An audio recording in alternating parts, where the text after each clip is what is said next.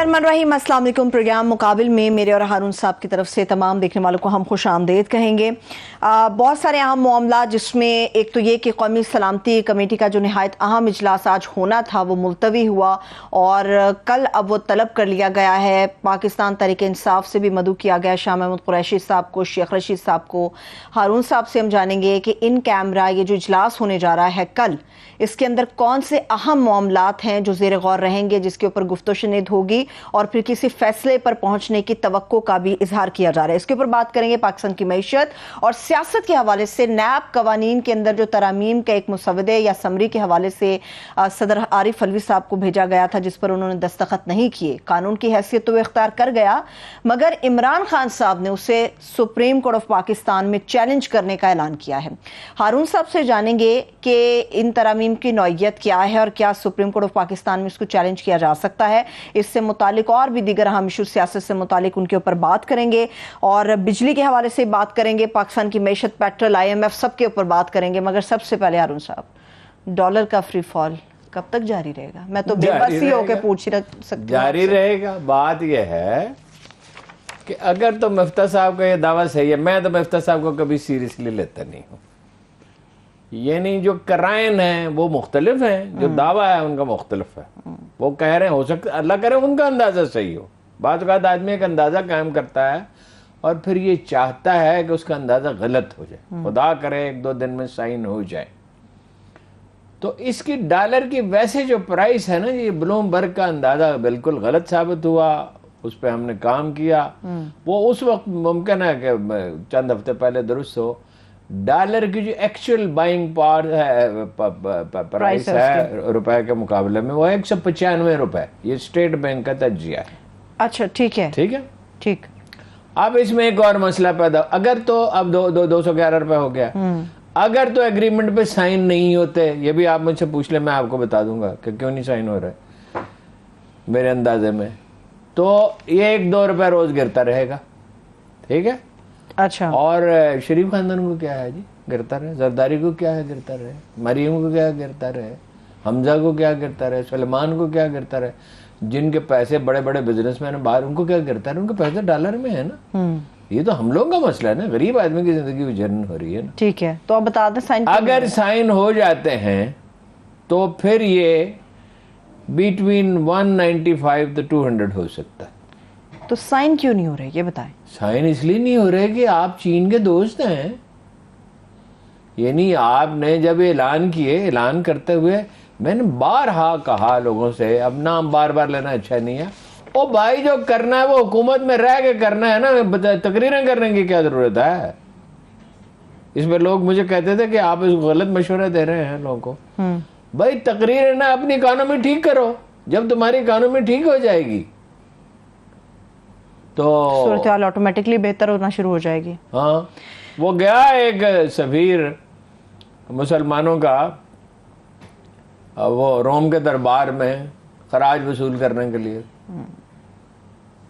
तो उसने शाहाना कपड़े पहने हुए, कई सदियां गुजर चुकी थी, शाहाना लिबास पहना हुआ, बेहतरीन घोड़े पे सवार। उसने कहा जा काम करो।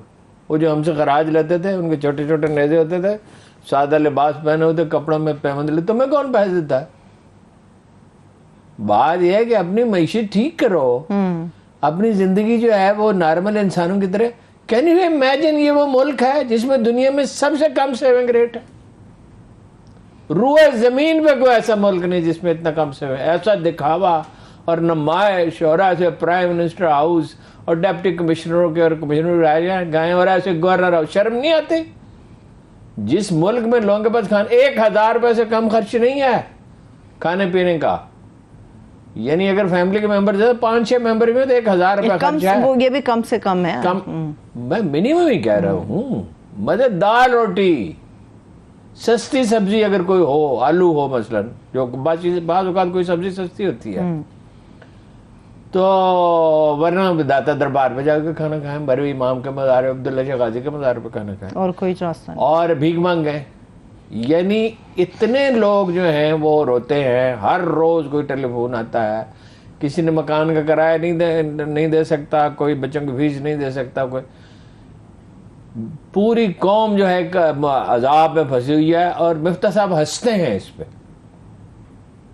खिलखिलाते हैं कि आपको दो चार आदमियों को प्रॉब्लम होगा जिनके जाती जहाज है, तो बाकी कोई प्रॉब्लम नहीं है। इसलिए कि ये इक़्तिदार जब कोई कौम अपने आप को लीडरों का रहमो करम पे छोड़ देती है तो उसका यही अंजाम होता है। मगरब में ये नहीं है, एक वैसे वो मुस्तनद हदीस तो नहीं है, लेकिन रसूलुल्लाह से मंसूब है कि बनु अफरा यानी ये मगरबी अक़वाम जो हैं ये अपने हुक्मरानों का मुकाबले उठ के खड़ी होती हैं। हमने तो ज़माना गुजरा, किसी का देवता इमरान खान है, किसी का नवाज शरीफ, किसी का जरदारी भी है।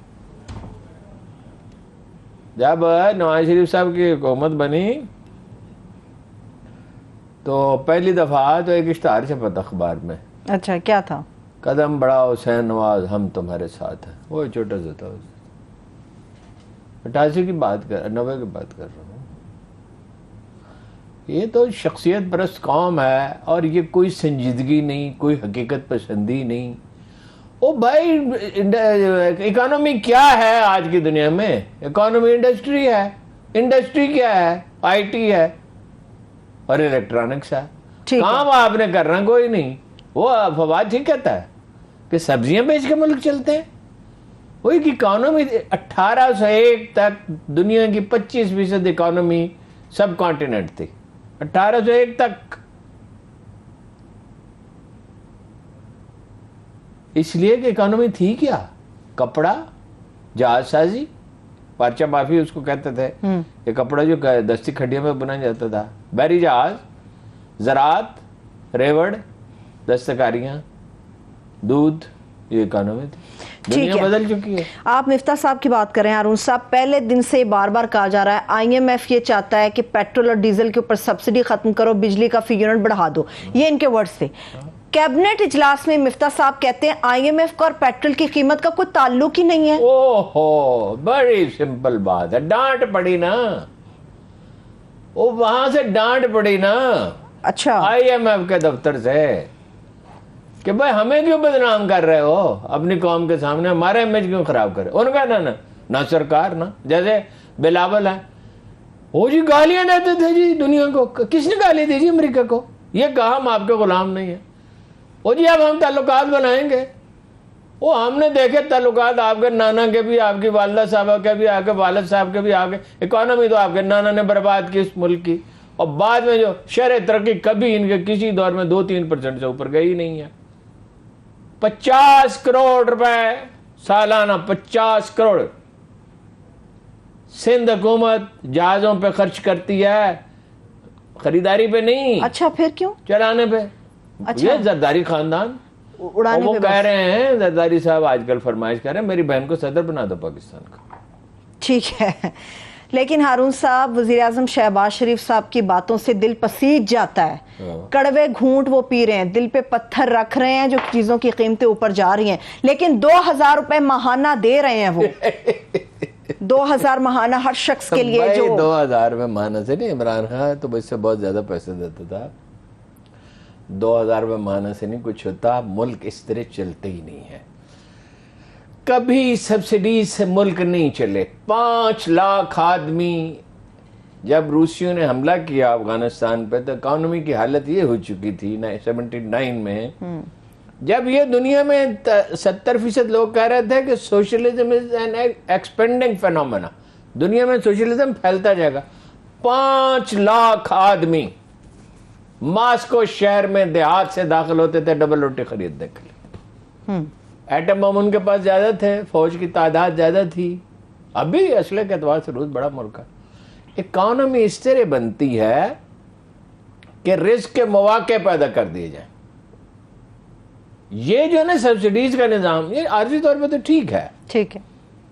और जो बिल्कुल मुफलिस हों, बेवा औरतें हों, यतीम बच्चे हों, अपाज हों, बूढ़े हों, बीमार हों, वो तो वो मुस्तकिल भी दें तो ठीक है। सोशल सिक्योरिटी इसी को कहते हैं। लेकिन भाई जॉब्स नहीं है। 18 लाख आदमी हर साल आते हैं, उनके लिए जॉब्स कहाँ है? पैसा किस चीज पर खर्च हो रहा है? मोटरवे पे कौन सी जॉब्स पैदा होती हैं? ये लो अपना वो क्या है, ऑरेंज ट्रेन, इससे जॉब्स नहीं, आप वो काम करें जिससे जॉब्स पैदा होती है। स्मॉल इंडस्ट्री से बहुत जॉब्स पैदा होती है, उसको फरोग देना चाहिए। बहुत सी चीजें हैं, वो तो हम उस पर हारून साहब, सब्सिडीज की बात करें, देंगे कहां से, कैसे देंगे? 5 बुनियादी अशिया देंगे कहां से? ये कागज है, इसे करेंसी नोट छप सकता है, वहां से दे देंगे। इस तरह से देंगे? और कहां से देंगे भाई, और कहां से देंगे? पैसे तो नहीं है ना। इससे ज्यादा मुश्किल फैसले और क्या करेंगे? आज उन्होंने बुरी खबर फिर सुना दी वजीर आजम ने कि और भी मुश्किल फैसले करना पड़े तो हम बहुत मुश्किल फैसले करेंगे। ये तो 300 तक जाएगा मेरा अंदाजा है, डॉलर जो है बतदरीज। उसकी वजह ये है ना कि छोड़नी नहीं, ये जो रवश है ना, तय्युश की रवश नहीं छोड़नी। मिसाल के तौर पे ताज़ा वाक़या ये है, सादक नसीम साहब is a very very honourable, Naseem Sadiq respected civil servant.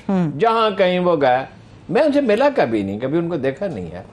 जिस शहर में गया ना, पता है फैसलाबाद में थे, फैसलाबाद गया, मुल्तान में थे, कहीं थे, और भाई यहाँ एक अफसर आया हुआ है नसीम सादक, हाँ जी, बड़ा बड़ा जी काम का हो गया, बड़ा काम कर रहा है। उन्होंने वो कमेटी कंपनी का क्या Punjab health facilities management company, उसकी सरबराही से इस्तीफा दे दिया। क्यों? ये दही मंसूबे है ना, सेहत की वजारत से 2 समय तकसीम है। लाहौर में भी 6-8 छोटे अस्पताल ये चलाती है, और बहुत से कई अपने शहरों में। चीफ मिनिस्टर साहब का हुक्म ये था कि दवाएं खुद न खरीदें, डॉक्टर खुद ना रखें,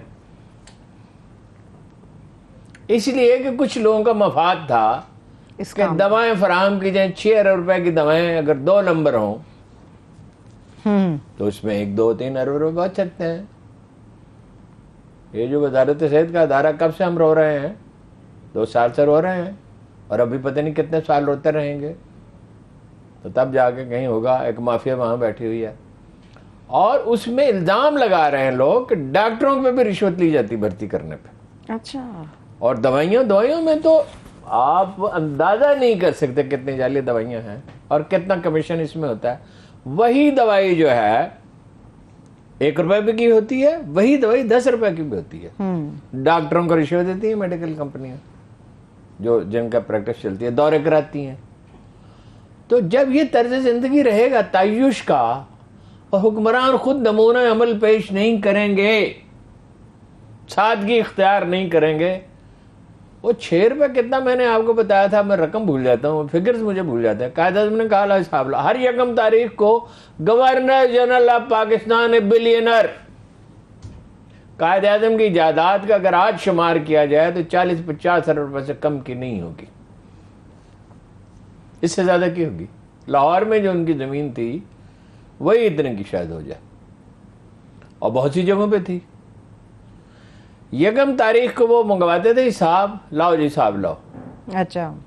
उसमें उन्होंने कहा ये मोहतरमा फातिमा, ये पैसे कहाँ किस चीज में खड़े? मोहतरमा फातिमा जना ने, वो खानदान का हिस्सा थी। उन्होंने कहा ना, उनसे लो पैसे जाके। खद्दर के सूट सिलवाए। रजा रब्बानी के वालिद अतार रब्बानी ने, जो उनके मिलिट्री सेक्रेटरी थे, लिखा है कि एक आदमी के लिए 1 सेब की इजाजत थी खाने की मेज पे, मेहमान के लिए। एक दिन 4 मेहमान थे तो 5 सेब रख दिए, और हम मुंतजर थे डांट पड़ने के। डांट तो वैसे नहीं थे, काजल ये तासुर था, डिसिप्लिन में सख्त थे। अच्छा। मुलाजमों के साथ नरमी बरतते थे। तो ये अपना शाहाना जिंदगी जो मरी का गवर्नर हाउस है, ये क्या था? 10 करोड़ 20 करोड़ रुपए उस पर खर्च होते थे, जो किराए पे दिया था। अभी ये करेंगे कब्जा, अभी तो खामोशी है, कब्जा करेंगे, जाके इनके बच्चे ठहरा करेंगे, इनके दोस्त और मेहमान ठहरा करेंगे। मईशत के मसले का हल क्या है? सिर्फ स्मॉल इंडस्ट्रीज या कुछ और? नहीं नहीं नहीं, मईशत के मसले का हल है मॉडर्नाइजेशन, मगरबियत नहीं, मॉडर्नाइजेशन। जो यूब खान के जबात कभी भी नहीं हुई, डैम कभी नहीं बने, इंडस्ट्री कभी नहीं लगी, आईटी, इलेक्ट्रॉनिक्स, वो आपको एक दिन शुरू करना है। उसके लिए तालीमी निज़ाम को ठीक करना होगा। आप ये क्या BA MA पास लड़के पैदा कर रहे हैं जो कोई काम नहीं कर जानते, रोज हम भुगतते हैं इनको। जो किसी को कोई काम देते हैं वो कर तो सकता नहीं है। वो तालीम वो जिसकी जरूरत है। देखिए इंडस्ट्री के लिए ट्रेंड वर्कर, चाहे वो 8-10 जमातें पढ़ा हुआ हो, मगर वो को काम टेक्सटाइल में, केमिकल्स में, अपना किसी जगह भी सर्विसेज में, ट्रैवलिंग एजेंसी में कोई काम वो कर सकता हो। और अमन, सबसे पहले तो अमन चाहिए ना।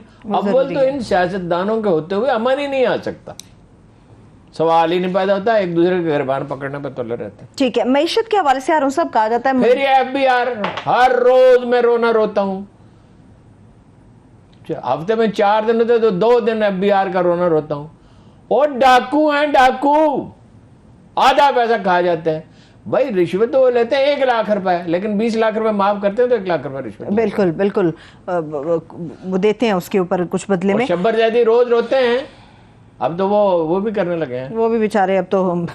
हारून साहब, मईशत के ऊपर कहा जाता है कि मईशत मजबूती नहीं, के वो लिए ट्वीट करते हैं, बिल्कुल ठीक करते हैं, गैर मुल्की सरमायाकारी होनी चाहिए। गैर मुल्की सरमायाकारी बेसिकली किस तरह से कहते हैं कि मईशत को मजबूत करती है? नहीं, गैर मुल्की सरमायाकारी तो देखिए ना, पहले अमन होता है, इस्तेहकाम होता है, आप सिविल सर्विस की ट्रेनिंग करते हैं, तो गैर मुल्की सरमायाकारी एक हिस्सा दे। इसे चीन जो है उसमें पहले चीनियों ने सरमायाकारी की। जी जी, उन्होंने कहा, डेंग शाओपिंग ने कहा या इन्वेस्टमेंट करो। चीनी इनकलाब आया ना, भाग गए ना सब, सोशलिज्म आ गया। नीली वर्दी पहनो, भूखे रहो, चिड़िया मारो, सकाफते इनकलाब लाओ, दौलत की मुसावी तकसीम होगी। मौजूद तंग पे तो नहीं थी, उसका इतलाक होता। लेकिन जब उसने हकीकत पसंद आदमी था, उसने रियलाइज किया कि भाई इकोनॉमी तो जो जदीद इकोनॉमी है वो इंसेंटिव सिस्टम के बगैर तो नहीं, निजी मिल्कियत के बगैर तो नहीं हो सकती। जब रूस में भी हुआ, चीन में भी हुआ, और कोई एक आध मुल्क रह गया है, शमाली कोरिया और वो और कौन सा है वो अमेरिका के पड़ोस में, ये वो भी वहां भी खत्म हो जाएगा। अच्छा, वो अपना उन्होंने कहा 4 साल की टैक्स दे दें, रियायत दे दें। उसने कहा 4 साल नहीं, 5 साल के ले लें, और 4 जगह से, हमें भी उन्होंने कहा 4 जगह से शुरू करें।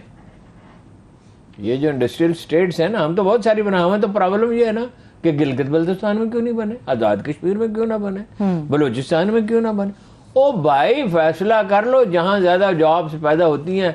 आप ये फर्ज कीजिए पंजाब सूट करता है, पंजाब में बना लो, उसमें तय ये कर दो कि नौकरी भी बलोचों को देंगे, सिंधियों को देंगे। उसमें ये क्या मसला है? जो लोग पीछे रह गए हैं उनका हक तो फायक है, लेकिन ये है कि भाई वहां बनेंगे। ये तो देखो ना, एक तस्बात की जालत की मारी हुई कौम है। इंडस्ट्री कारोबार के आसान मौके, अफसर जो, उसने कहा, हारून शरीफ ने कहा है कि वो मुझे ले गए एक तरफ 2019 में अपना मोहम्मद बिन सुलेमान। उसने कहा भाई $20 बिलियन इन्वेस्ट, अभी वंशा ने भी उसकी तस्दीक की है, 20 बिलियन। अब तो वो कह रहे हैं 30-40 बिलियन के लिए भी तैयार है। ये बोर्ड ऑफ इन्वेस्टमेंट उसकी वजह क्या है? पाकिस्तान में लेबर सस्ती है ना, पोटेंशियल बहुत ज्यादा है ना। उन्होंने कहा, बोर्ड ऑफ इन्वेस्टमेंट के जो चेयरमैन थे, और मोहम्मद बिन सलमान ने कहा भाई हम पैसे लगाने के लिए तैयार हैं, मगर उसमें रुकावटें नहीं होनी चाहिए। रुकावटें क्या है? ब्यूरोक्रेसी, करप्शन, ताखीर। जो पैसा लगाता है वो चाहता है ना जल्द से जल्द काम शुरू हो। आप अंदाजा लगाइए कि अगर एक आदमी एक हाउसिंग सोसाइटी बनाना चाहता है, मैंने एक दफा चीफ सेक्रेटरी से बात की, बड़े अच्छे आदमी थे जी, मैंने कहा ये फलां जगह पे एक हाउसिंग सोसाइटी का जी, उन्होंने कहा मुझसे सिफारिश ना कराइएगा। वहां जो चेयरमैन बैठी हुई है LDA में, वो स्टे ऑर्डर लिया हुआ है उसने अदालत से, काउंटर प्रोडक्टिव जगह। मैंने कहा नहीं, मैं तो आपसे सिफारिश के लिए थोड़ी कह रहा हूँ, मैं तो आपको कह रहा हूँ बोला। इसी तरह वजीर आजम को मैंने बताया, यूसुफ गिलानी को, कि जब GT रोड से आप मोटरवे पे एंटर होते हैं काला शाह काकू से पहले, तो वहां पे एक गेट है जिस पे आप 60 रुपए गालवन पे करते हैं। अच्छा, और फिर 7 किलोमीटर ट्रेवल करके आप मोटरवे पे चढ़ते हैं। मैंने कहा वहां क्यों लगा हुआ गेट? उस गेट को मोटरवे पे ले जाए। इस 7 किलोमीटर जिसने भी मोटरवे पे चढ़ना है वो मोटरवे के ऊपर जाके चढ़ेगा ना। ये जो जगह है कई किलोमीटर पे फैली, यहाँ कस्बा आबाद हो जाएगा। उन्होंने कहा उसके चेयरमैन से, जो क्या है ये हाईवे अथॉरिटी, उसने कहा नहीं सर वो तो सड़क हमने बनाई है। और बनाई है अल्लाह के बंदे, वहां 2-2.5 लाख का कस्बा बच सकता है, अंडरग्राउंड वाटर है, नहरें उसके करीब हैं, और आपकी 1 रुपए की आमदनी कमी नहीं होगी, कई गुना इजाफा हो जाएगा जब का वहां कस्बा बसेगा। अभी तक उसी तरह दोनों तरफ से बंद है। ये जो अफसर है पोजेसिव सैडिस्ट, सारे नहीं अच्छे भी हैं, और ये जो सियासतदान है जो हर चीज में अपना फायदा देखता है, ये कार इसने शहबाज शरीफ साहब ने इसलिए अपना ऑरेंज ट्रेन चलाई है कि लोगों को सहूलत हो, कितने जहाज इसलिए चलाई है कि इलेक्शन जीता जैसे। मुझे याद है आपने ऑरेंज ट्रेन के हवाले से कुछ फिगर्स भी रखे थे कि सालाना माहाना आमदन कितनी है और इसका कितना जी हर साल 15-20 अरब रुपए जेब से जाए। हारून साहब करप्शन फिर उसको फीड करने के लिए बसें चलाई, ठीक है ना, फिर उन बसों को फीड करने के लिए भी चाहिए कि कोई 2000 मोटरसाइकिल खरीद लें। करप्शन के रास्ते में जो रुकावटें थी उनको तरमीम की शक्ल में खत्म कर दिया गया, नैब कवानीन। ठीक, इमरान खान साहब चैलेंज करने जा रहे हैं, मगर उससे पहले मुझे ये बताइए, तरमीम तरक्याती मंसूबे या स्कीम में बेकायदगी नैब के दायरा इख्तियार में नहीं आएगी?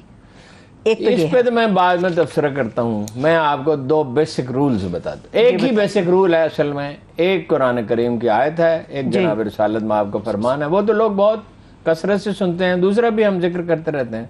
कुरान मजीद कहता है वलकुम फिल क़िसास हयातुन या उलिल अलबाब।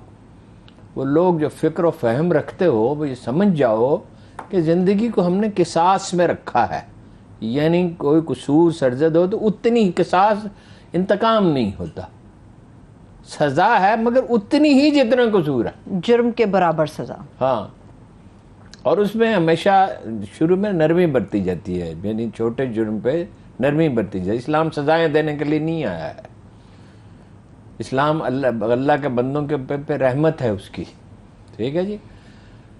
रसूलुल्लाह सल्लल्लाहु अलैहि वसल्लम का जो फरमान है वो हम हर रोज दोहराते रहते हैं कि पिछली कौमें इसलिए तबाह हुई कि अपने ताकतवरों को सजा नहीं देती थी, कमजोरों को देती थी। ये बिल्कुल सादा उसूल है। ठीक है, ब्रेक से वापस आके अरुण साहब इस पे बात कर लेते हैं, एक ब्रेक ले लेते हैं, ब्रेक से वापस आके नैब कवानीन में जो तरमीम की गई है उसके पर बात करेंगे। हमारे साथ रहिए। Welcome back. हारून साहब, नैब कवानीन में तरमीम के हवाले से हम बात करने जा रहे थे। हाँ बताए।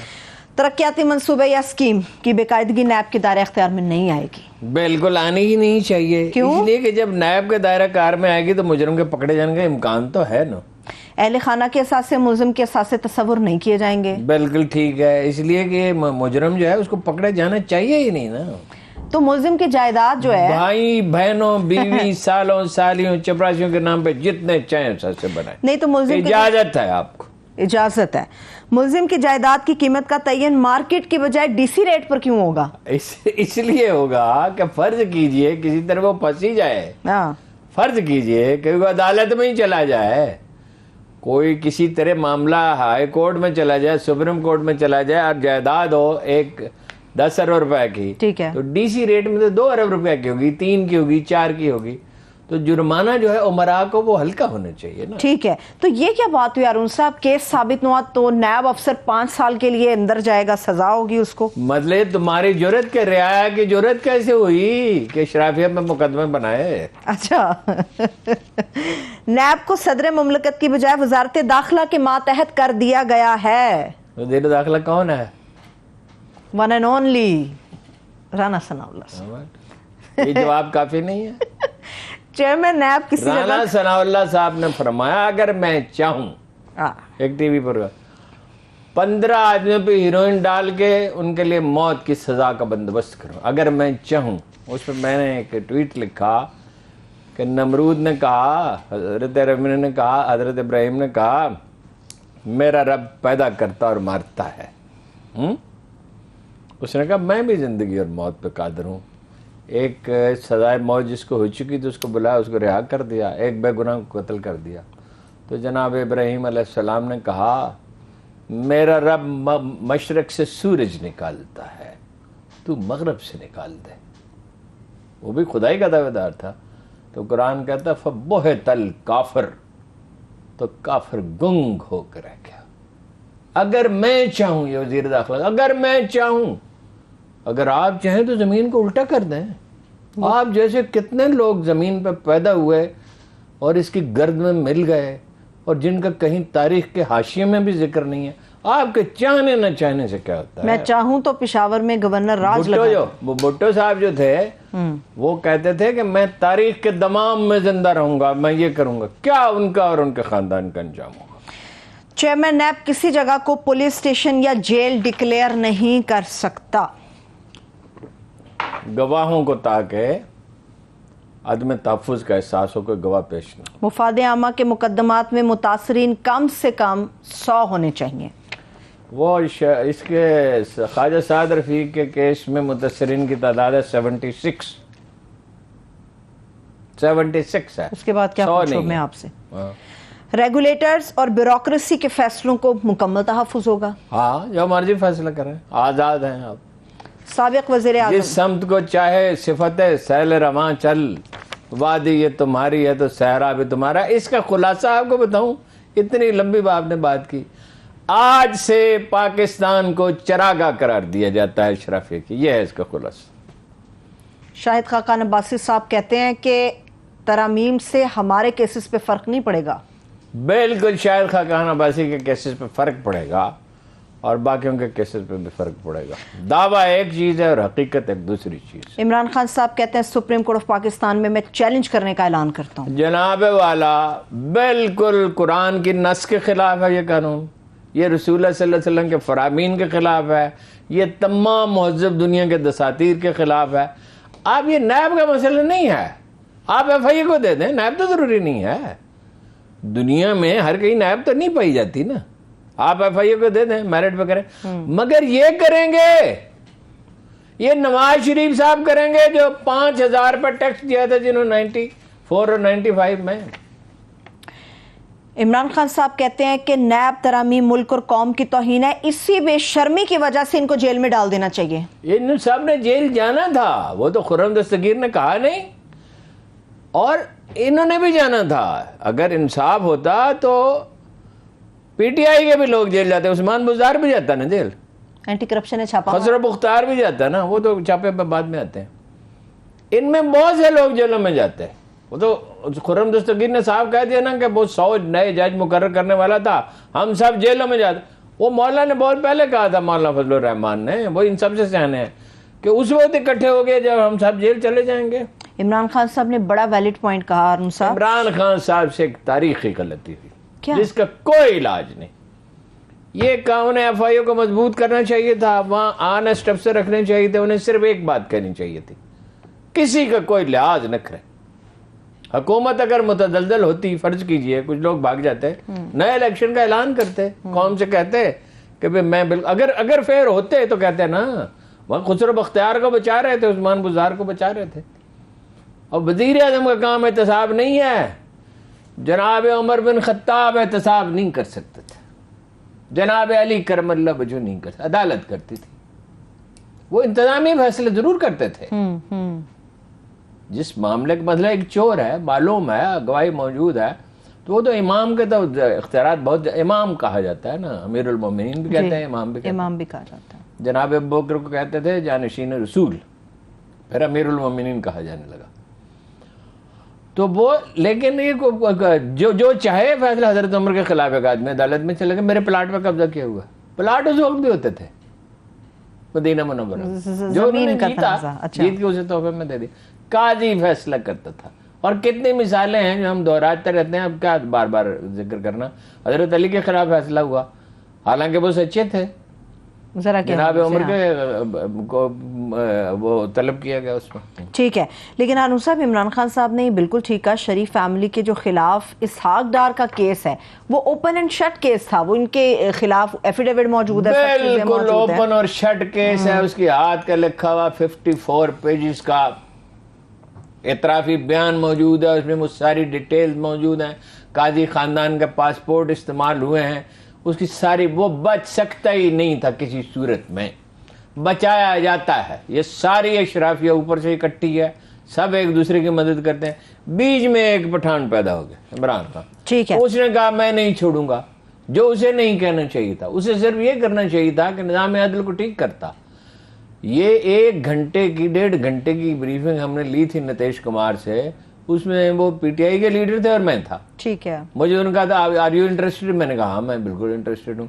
तो उसने तरीके, पुलिस कैसे ठीक की जाती है, अदालतों से कैसे अंडरस्टैंडिंग होती है कि 2 महीने में फैसले हो जाएं, और वगैरह वगैरह वगैरह, और ब्यूरोक्रेट्स पे कैसे निगरानी की जाती है। मगर उस पर तो खान साहब ने अमल नहीं किया ना, खान साहब तो तकरीरें करते रहे। ठीक है, मुझे मालूम है कि आप संजीदा लेंगे इस बयान को, फिर भी मैं सवाल करूंगी। मरियम साहबा कहती हैं सर्टिफाइड झूठे का सियासी मुस्तकबिल मैं खत्म। मरियम के बारे में मजीद गुफ्तगू नहीं कर सकता। नहीं करेंगे, बिल्कुल नहीं करेंगे। चलिए ठीक है, ये बताइए, इमरान खान साहब की बात हो रही है, 2 दिन पहले टीचर्स ने वहाँ पे एहतजाज किया, धरना हुआ, फिर अब क्या हुआ वहाँ पे? मुजाहरा? नहीं, वो तो तय हो गया ना। ये तो आज तो ये हुआ है कि रिटायर्ड अफसर मिलने के लिए गए, अच्छा, तो उनके खिलाफ नारे लगाए गए बाहर, और वो जाहिर है नारे लगाने वाले किसने भेजे थे, बस उसको छोड़ें। अब बात चीजें ऐसी हैं, उसकी तफसील नहीं बयान की जाए। ठीक है, चलिए एक छोटा सा और सवाल, ये पेशावर के जो असातिज़ा हैं, एहतजाज करना होता है तो उधर वजीर आला हाउस के बाहर जाके करें ना, खान साहब के बनी गाला के बाहर क्या करने आते? इसलिए कि पेशावर में एक बुजदार बैठा है, उसका नाम महमूद खान है, मामला तो मरकज से चलाने हैं ना जी। ठीक है, ये बुनियादी का कॉन्सेप्ट ही गलत है।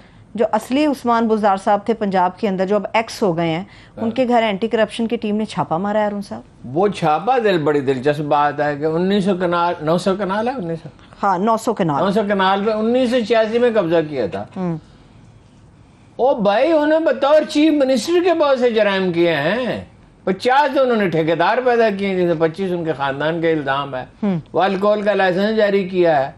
वो उनके सेक्रेटरी का क्या नाम था, खुर्शीद समथिंग था वो। 1 अरब रुपए उनके साथी कहते हैं, इल्जाम लगाते हैं उन्होंने बनाए हैं। उनके एक साथी ने बताया, उनके कोलीग ने, जो उसी ग्रेड का है, कि हाँ मैंने उनसे कहा कि 1 अरब रुपए तुम बना चुके हो, बस करो अब।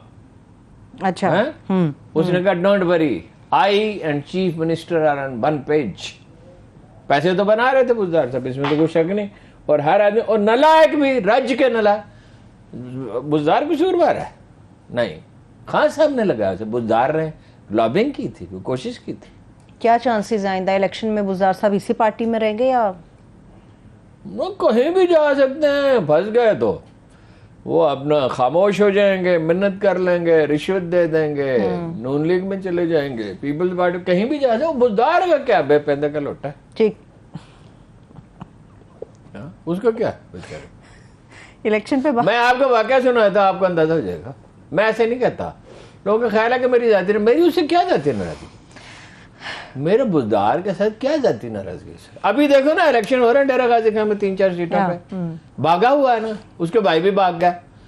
भाई इस पार्टी का तुमने खाया है, इसके नाम पे चौधराहट की है, 3.5 बरस, भाग क्यों गए हो? कॉन्स्टिट्यूंसी में क्यों नहीं जाते? मुझे एक दफा मैसेज मिला चीफ मिनिस्टर साहब को, बुजदार साहब का, कि मैं मिलना चाहता हूँ।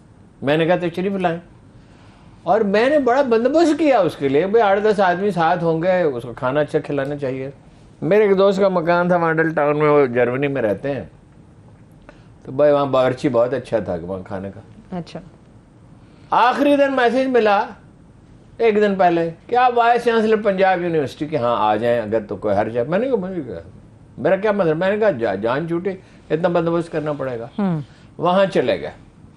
अब सुनिए, चांसलर, वाइस चांसलर साहब जो बड़े भले आदमी हैं, वाइस चांसलर साहब भी जो बहुत बड़े अच्छे आदमी हैं, उनसे वो क्या कह रहे हैं, एक तो मैं बना दूंगा institute of cardiology Punjab university में, और एक ये बना दूंगा, और एक ये बना दूंगा। मैं खामोश बैठा, मैंने एक लफ्ज भी नहीं कहा, और मीटिंग से उठ के चले गए, फिर भी एक लफ्ज नहीं कहा। फिर बजट आ गया तो मैंने प्रो वाइस चांसलर से कहा कि अब मेरी बेतकलीफी उनसे कि आपके कल घास चरने गई हुई थी, ये कि भाई यूनिवर्सिटी में इंस्टीट्यूट ऑफ कार्डियोलॉजी भी बने हैं, और इसका इख्तियार क्या है कि ये बना दे। लपाड़िया बिल्कुल एक बेसरोपा आदमी। और खान साहब से पूछा था, कहते मजबूरी थी इसलिए कि वो चेंज करना फिर मुश्किल हो गया था। बनाए क्यों? ठीक है, बल्दियाती और जिमनी इलेक्शन के हवाले से मैंने कल भी चीजें आपके सामने He was one of the reasons of decline। तबाही की एक वजह बुजदार था। 12 करोड़ का सूबा है, उसके एक ऐसा आदमी चला रहा है जो 2-4 फिक्रे भी नहीं बोल सकता, जो लाहौर के रास्ते भी नहीं जानता, जो पॉलिटिकल खानदानों को नहीं जानता, जो सिविल सर्विस को नहीं जानता, जो अपने जाती मफाद के अलावा किसी चीज के बारे में सोच ही नहीं सकता, जो किसी दफ्तर में क्लर्क भी नहीं हो सकता, किसी स्कूल में प्राइमरी का टीचर भी नहीं बन सकता। ठीक है, ये जो आपने बात की कि इमरान खान साहब कह रहे थे पहले दिन मैंने कहा, the very first day sitting here, इस दफ्तर में मैं बैठा हुआ था, ठीक है, जहां से वो प्रोग्राम होता था एक, तो मैं मतलब ये 7 वाली बिल्डिंग में बैठा हुआ था। मैंने कहा पहले दिन के घोस्ट मुलाजिम बुजदार साहब ने रखे हुए थे, मैंने तहकीक की पूरी, मुल्तान से कुछ सोर्सेज लिए, कुछ जनाब फिर वो तौसा का पता किया, वहाँ फिर लोगों से कहा भाई ऐसे आदमियों का नाम बताओ जो सच बोलते हो। फिर एक बड़ी मोहतरम खातून थी जो यूनान जा रही थी दुबई के हवाई अड्डे पे, उनसे रब्ता किया, जिनके मैं पर्सनली जानता था कि वो बिल्कुल सदाकत शार खातून है, कभी उन्होंने झूठ नहीं बोला जिंदगी। अब बोलते वो माने ही ना, वो कहते अरुण साहब आप मुझे मजाक कर रहे हैं। मैंने कहा मैं मजाक करता हूँ, आप सीरियस हैं, मैं भी सीरियस आदमी हूँ, मैं तो कि आपको बता रहा हूँ बुजदार चीफ मिनिस्टर हो गया। पता चला घोस्ट मुलाजिम रखे हुए थे, कुछ लोग कहते हैं कई दर्जन थे, यानी 20, 30, 40 थे, कुछ लोग कहते हैं 100 से ऊपर थे उनकी तरफ। ये पहले दिन मैंने कहा, पहले दिन 6 घंटे काम किया और 3.5 साल इमरान खान साहब उन्हें थपकी देते रहे। ब्रेक से वापस आके इस पे बात कर लेते हैं, छोटी सी ब्रेक से वापस आएंगे तो कौमी सलामती कमेटी के इन कैमरा इजलास जो कि कल होने जा रहा है पीएम हाउस के अंदर, उसके हवाले से, और इसके साथ साथ अब बल्दियाती और ज़िमनी इलेक्शन के हवाले से क्या रोल होगा इलेक्शन कमीशन का, इसके ऊपर बात करेंगे। Welcome back. हारून साहब, कौमी सलामती के इजलास के ऊपर बात होगी, मगर जो बल्दियाती और ज़िमनी इलेक्शन है, चीफ इलेक्शन कमीशन ने कहा है कि फौज को दरख्वास्त की है कि काइंडली आएँ और थोड़ी सिक्योरिटी फराहम करें इलेक्शंस के हवाले से। मुतमईन है आप उनके इस इक़दाम से? देखिए बात ये है, एकदम मैं वो पिछली बात अधूरी रह गई, जिन लोगों को जेलों में होना चाहिए था वो इक़्तिदार में हैं और पहले भी इक़्तिदार में थे। इस मुल्क में जब तक एक निज़ाम अदल कायम नहीं होगा, ये मुल्क न स्टेबल होगा न तरक्की के रास्ते पर जाएगा, ये बात एब्सोल्युटली क्लियर रहनी चाहिए। अच्छा, जो चीफ इलेक्शन कमिश्नर साहब ने कहा, पहली बात है चीफ इलेक्शन कमिश्नर साहब मुतनाज़ा हैं, उन पर इल्ज़ाम लगाया उन्होंने कि वो जाके इमरान खान के वो जाके पेश होते हैं मरीम की, मोहतरमा मरीम नवाज़ के बारगाह में और हमजा के बारगाह में, और कुछ और उनके बारे में संगीन बातें भी सोशल मीडिया पे आ रही जिसकी कोई तरदीद उन्होंने की। फ़ौज का मामला ये है, देखिए 2013 के इलेक्शन में ये हुआ था कि जनरल कियानी ने कहा जाके, मैं पहले बता चुका हूँ कि क्या फ़ौज को ये इख्तियार होगा, इलेक्शन कमीशन में खुद गए जाके पेश हुए, कभी कोई चीफ ऑफ आर्मी स्टाफ ये नहीं करता। अगर धांधली हो रही हो, अगर फ्री कैन में से कोई एक कहे कि भाई धांधली हो रही है और विजिबल हो, उन्होंने कहा फौजी अफसर लगाएं। पहले तो फखरुद्दीन जी रहीम ने कहा 80,000 अफसर चाहिए, उन्होंने कहा 25,000 कुल अफसर हैं, सेंसिटिव जगह पे हम दे देंगे। अगर धांधली हो रही हो तो कुछ देर के लिए पोलिंग रोक सकते हैं। एक थे जस्टिस कियानी, उन्होंने कहा नहीं, तो फिर फौज का मतलब क्या है? फौज अगर जाए तो इख्तियारात के साथ जानी चाहिए। इसमें जहां तक मेरी मालूमात है फौज रिलक्टेंट है, भाई आप मेरे ख्याल में जानी चाहिए और इख्तियारात के साथ जाए। अगर धांधली हो रही हो, शोर शराबा हो, लड़ाई हो, फायरिंग हो रही हो तो उसे होना चाहिए। लेकिन ये तो इलेक्शन जो हो रहे हैं, 3,000 का आदमी को मैं बताता हूँ सिंध में जिनको मुर्दा डिक्लेयर कर दिया गया और उनकी छानबीन की गई नादरा ने। नादरा के आला तरीन अफसरों से मैंने बात किया, बराह रास्त खुद बात किया। उन्होंने कहा उनमें से मुतद्दद के बारे में हमने उन्हें शवायद फराहम की है कि ये आदमी तो इसने ट्रैवल किया ट्रेन से या जहाज से या बस से, या ये फलां जगह देखा गया है, या फलां लेन देन किया है, या कोई चीज खरीदी है, तो आप इसको मुर्दा कैसे करार दे? पुरानी लिस्टों पे इलेक्शन हो रहे, क्यों? दूसरी बात यह, स्कूल टीचरों को भेजा गया है वोटर लिस्टें अपडेट करने के लिए। व्हाट वार, आप मेरे साथ चलें, कोई आदमी मेरे से चले नादरा के दफ्तर में, एक बटन दबाएं, किसी भी कॉन्स्टिट्यूंसी के सारे वोट सामने आएंगे, आ जाते हैं। और ये इसका मतलब ये है कि खराबी है नीयत में। इलेक्शन में धांधली, आज वो शाह महमूद ने ठीक कहा कि 20 में से अंदेशा उन्होंने जाहिर किया कि 20 में से 18 सीटें ये जीतेंगे, वैसे तो ये 20 में से 21 जीत सकते हैं। तो इसलिए कि देखे ना, हर हाल में हुकूमत में तो रहना है ना। जब पंजाब निकल गया तो बाकी बचा क्या? बाकी इस्लामाबाद सिटी रह जाएगा ना। और कहाँ उनकी हुकूमत है? बलूचिस्तान में तो नहीं है, पख्तूनख्वा में तो नहीं, गिलगित बल्तिस्तान में तो नहीं है, कश्मीर में तो नहीं है, सिंध में तो नहीं है। सही। इसलिए इलेक्शन तो उन्होंने जीतना है हर हाल में। जब तक ये चीफ इलेक्शन कमिश्नर साहब मौजूद हैं और पुराने फहरिस्तों पे होते हैं, और ये शिकायत है कि 18 से 35 साल के जो वोटर हैं जिनमें इमरान खान के हामियों की अक्सरियत है, उनके वोट दूर दूर फेंके जा रहे हैं। अगर कोई इस पर एतराज करता है तो 10, 20, 30 मिसालें तो मैं भी दे सकता हूँ नाम लिख के। ठीक है, आप कुरैशी साहब की इस बात से इत्तेफाक करते हैं कि इंतखाब 20 सीटों का नहीं है, वज़ीर आला हमजा शहबाज के मुस्तकबिल का है। अरे सादा सी बात है। और हमजा साहब तो वैसे ही गैर कानूनी वज़ीर आला हैं, क्या क्या उनका इस्तेहकाक है। वो तो 20 आदमी जब उनके वोट शुमार न करें, मतलब तो अदालत के एक स्टे पे है ना। ठीक है, ठीक है, अदालत की नीयत अच्छी होगी, हम नहीं कहते अदालत की नीयत खराब है, लेकिन कोई कानूनी माहिर मानता ही नहीं है इस बात को कि वो जेन्युइन वज़ीर आला कि जेन्युइन है। ठीक है, अब आ जाते हैं हारून साहब, कौमी सलामती का निहायत अहम इजलास आज होना था, नहीं हुआ, कल PM हाउस में होगा।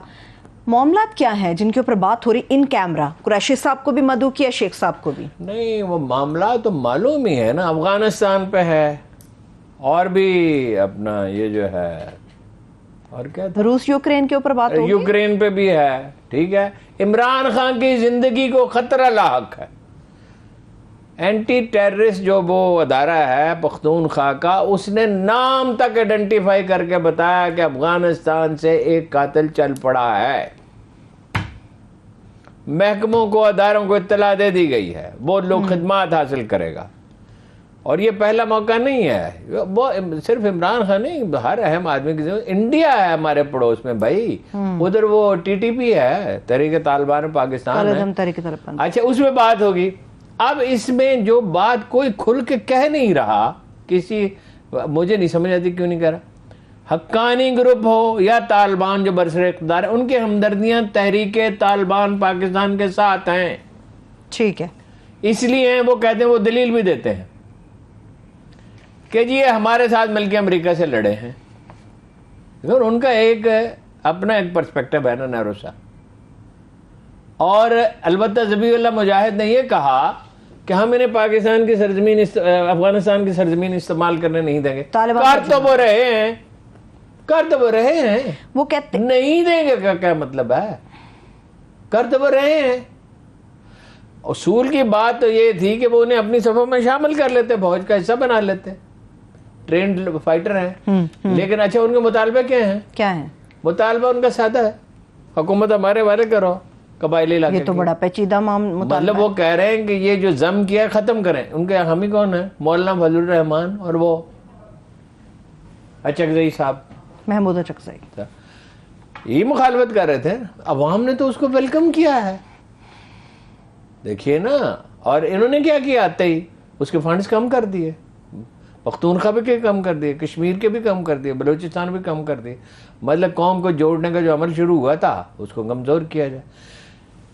आप एक तो टेररिस्ट के मुतालबात नहीं मान सकते, आर्जी सुलह हो सकती है, मुस्तकिल सुलह उनसे नहीं हो सकती। जो ट्रिगर हैप्पी लोग हैं, जिनके हाथ में बंदूक हो और जो जिनके नज़रियात ऐसे हों, जो मतलब कबायली माशरे के तसव्वुरात हैं उनके, ये नहीं जम करना, ये उनका क्या ताल्लुक है जी, जम करें ना करें। ये तो कबायली अवाम को तो कोई इतराज नहीं है इस पर, उन तो वेलकम किया इसको। ठीक है, तो हैंडल किस तरह से किया जाएगा? कोई डेलीगेशन जाएगा, किसकी सरबराही में जाएगा, क्या होगा? जस्टिस तकी उस्मानी साहब की सरबराही में जाएगा। और उनकी एक रिस्पेक्ट है, सीरियस आदमी हैं, नरमी से गुफ्तगू करते हैं, और वो उलमा होंगे जिनका उनसे रब्ता है, उनके मकतब फ़िक्र से ताल्लुक़ रखते हैं। लेकिन इसका कोई नतीजा निकलने वाला नहीं है। जंगबंदी तो है, जंगबंदी एक्सटेंड भी हो जाएगी, लेकिन वो कार्रवाई फिर ये कि उनसे सुलह हो जाए। ठीक, फिर गुल बहादुर ग्रुप का क्या करेंगे, फिर सप्लेंटर ग्रुप्स का क्या करेंगे, फिर दाइश का क्या करेंगे? देखिए ना, वो तो तुले हुए हैं। फाइनली यही होगा कि आपको एक दिन तालिबान से ये कहना पड़ेगा कि भाई साहब इनका बंदोबस्त करें, नहीं तो फिर ये है कि उसके नताइज फेस करें। इस वक्त नहीं कहना चाहिए, भूख है वहाँ पे, आम आदमी बड़ी तकलीफ में है, और एहतियात से काम लेना चाहिए, अतमाम हुज्जत करना चाहिए, अपने सारे दलाइल दे दें, समझा दें। नहीं समझते तो फिर वक्त आएगा तो फिर कोई कार्रवाई होगी। ठीक है, एक आखिरी सवाल, फिर मैं क्लोजिंग की तरफ चलूंगी। हारून साहब, कुछ ऐसी खबरें गर्दिश में हैं कि जो अरकान जिनको इमरान खान साहब और PTI के लोग लोटा के तौर पे जानते हैं, मुनहरिफ अरकान, उनको टिकट पीपल्स पार्टी का दिया जाएगा आइंदा इलेक्शन में लड़ने के लिए, इस तरह की खबरें। आइंदा के बाद 17 जुलाई को? नहीं, आइंदा इलेक्शन, जनरल इलेक्शंस की बात करूं, पीपल्स पार्टी के टिकट पर लड़ेंगे। नहीं, वो तो देखिए, तो मंसूबे हैं ना, ये ख्वाब है, ये प्लान ये है जो जरदारी साहब ने कागज पे बनाया, प्रैक्टिकली नहीं हो सकता। कि 2028 में अमरीकियों ने भी लॉलीपॉप उन्हें दे दिया, बिलावल साहब वजीर आजम होंगे, अभी शहबाज साहब होंगे, 2028 में बिलावल होंगे, और 2048 में बिलावल का बेटा होगा या हमजा का बेटा होगा, और 2075 में हमजा का पोता होगा या बिलावल का पोता होगा। और कौम गुलाम दर गुलाम दर गुलाम। कोई लुट पई है, कोई रंजीत सिंह की हुकूमत है, रंजीत सिंह की भी खत्म हो गई थी, तो कोई मजाक है? इस तरह थोड़ी होता है, ये ख्वाब है। कुरान मजीद कहता है औलाद और माल एक फितना है। बहुत ये शुक्रिया। फितने हैं, फितने, ये फितने खत्म हो जाएंगे जैसे जैसे कौम जागेगी। इसीलिए तो इमरान खान को खत्म क्यों करना चाहते हैं? आपका ख्याल है तालिबान ने भेजा है अफगानिस्तान से आदमी, जिसने लियाकत अली खान के लिए भेजा था, जिसने ज़िया-उल हक के लिए भेजा था, और मेरा ख्याल है बेनज़ीर के लिए भी उसी ने भेजा था, उन्हें वही भेजेंगे इमरान खान। बहुत शुक्रिया, थैंक्स सो मच अरुण साहब। देखने वालों का शुक्रिया, मुझे इजाजत दीजिए, अपना ख्याल रखिए, खुदा हाफिज।